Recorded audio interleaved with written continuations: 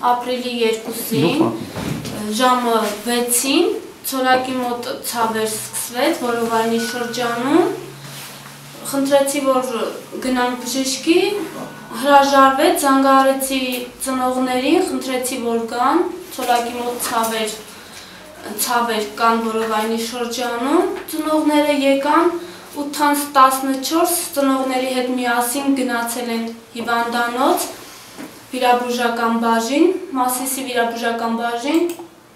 այնտեղ ձեռքերով շոշափելուց հետո Ով շոշափեց ձեռքերով? Բժիշկ Գրիգորյանը, բաժնի վարիչ, բժիշկ Գրիգորյանը ձեռքերով շոշափելա Որովայնի շրջանը, ասելա, որ վիրաբուժական ոչ մի միջամտություն չկա, կապելա սննդի հետ և ներարկում է կատարել, միշտ մկանային ներարկում է կատարել, պապավենի տեսակի դեղամիջոց, որից հետո վերադարձել են տուն և ասել է, որ կլուծի, աղիները կբացվի, կլուծի։ Վերադարձել են տուն, ցորակը իրան շատ լավ էր զգում, ծնողներին ճանապարհելուց հետո երեկոյան ժամը 3-ի սահմաններում նորից սկսվեցին ցավերը, ցորակը իր մեքենայով գնացել է Մասիսի հիվանդանոց, իրա գնալուց 5 րոպե հետո զանգահարեցի իրան, դա չպատասխանեց իմ զանգին, հետո անդադ զանգահարելուց հետո ինքը չի պատասխանել իմ զանգին, զանգահարել եմ իմ եղբորը, խնդրել եմ, որ գնա տեսնի ինչ է կատարվում, իմ եղբայրը գնացել անդե, տեսել է, որ արդեն բժիշկները խառնված են իրար, չեն թողել մտնի մոտը, իրան ներարկել են բառարգին տեսակի դեղամիջոց, միջերակային և իր մոտ սկսել է շոկային վիճակ։ Բայց միջև ներարկումը ինքը ընդեղ զգուշացել է, չէ՞։ Ընդեղ զգուշացրել է, ինքը առաջուցել, ամենասկզբից։ Առաջուցել, որ եկել է տուն, ես հարցրել եմ իրան, ասել եմ, դու բժիշկներին ասել ես, որ ալերգիա ունես, ասեց հա, ասել եմ, որ ես ալերգիա ունեմ։ Բժիշկներն իմացել են, բայց իրանց առանց ինչ-որ հետազոտման առաջին անգամ կապել են սննդի հետ, երկրորդ անգամ էլ կապել են երիկամի հետ։ Հիմա ձեր հետագա քայլերը ի՞նչն է լինելու։ Ուզում ենք, որ բոլորը պատժվեն։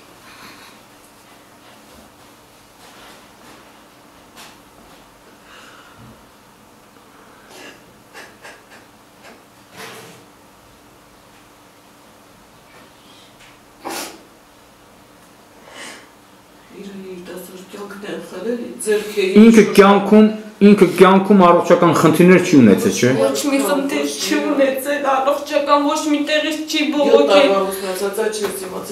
Բայց իրան կապում են սրտի հետ, ոչ մի սրտի պրոբլեմ էլ չի ունեցել ինքը։ Իրանց անփտության պատճառով։ Մենք մենակ մտածում ենք, որ սրսկել են մենակ են թողել իրեն։ Եթե մոտ լինեին, կտեսնեին, որ շոկային վիճակը։ Հետո ինքը չէր կարող որ չասեր, որ ինքը ալերգիա չունի, քանի որ իր ալերգիան հեսա 5-6 տարի է, ինքը ալերգիա ունի, անգամ մի փոքր դեղահապ կամ անալգին գլխացավի դեղել խմելուց իր վրա մեծ չափերով դուրս էր տալիս, ինքը միշտ վախենում էր բժշկի գնալուց։ Այդ նույն երեկոյան էլ որ ասեցինք արի տանենք տեսնենք ինչ են ասում, ասեց ախր վախենում եմ, ալերգիա ունեմ, ես չեմ կարա դեղ խմեմ։ Դեղ խմելուց վատանում եմ ես, անհնարին բան է, որ ինքը նրան չասեր, որ ինքը ալերգիա ունի, իսկ այդ հետազոտման ժամանակ երբ մենք ենք տարել, չթողեցին մենք ներս մտնենք, ծնողներին դուրս են հրավիրել, դրսից ուղղակի մենք լսեցինք, որ հետազոտում է, ինչ էր ասում բժիշկը, հարցեցի կարող է կույրավիքի պրոբլեմ կա բժիշկ, ասեց չէ, կույրավիքի պրոբլեմ չկա, սննդի հետ եմ կապում դա։ Իսկ գիշերը որ ուժ ժամ ա եղել, չի ուզեցել ոչ մեկին անհանգստացնի, ասա կգնամ նորից կնայի, հետ կգամ։ Եթե որևիցե մեկս իր հետ լինեինք, այդ դեպքը իր հետ չէր պատահի, անտարբերության չէին մատնի, կամ այնտեղ թույլ չէինք տալ այդտեղը սրսկեին, իր կողքը կլնեինք նույն ժամանակ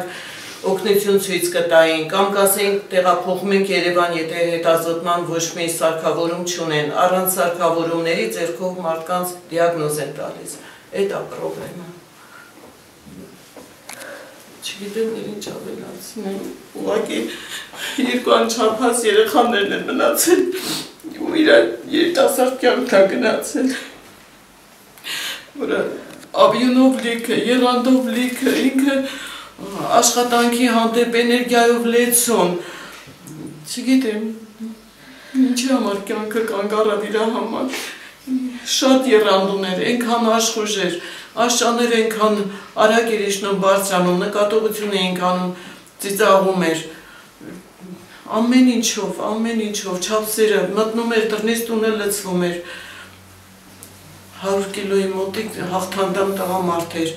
շենքերի վրա աբլիցով կայր անում, կարար ինքը բարձրահարկ շենքերում աբլիցով կաներ, եթե առողջական պրոբլեմ ունենար,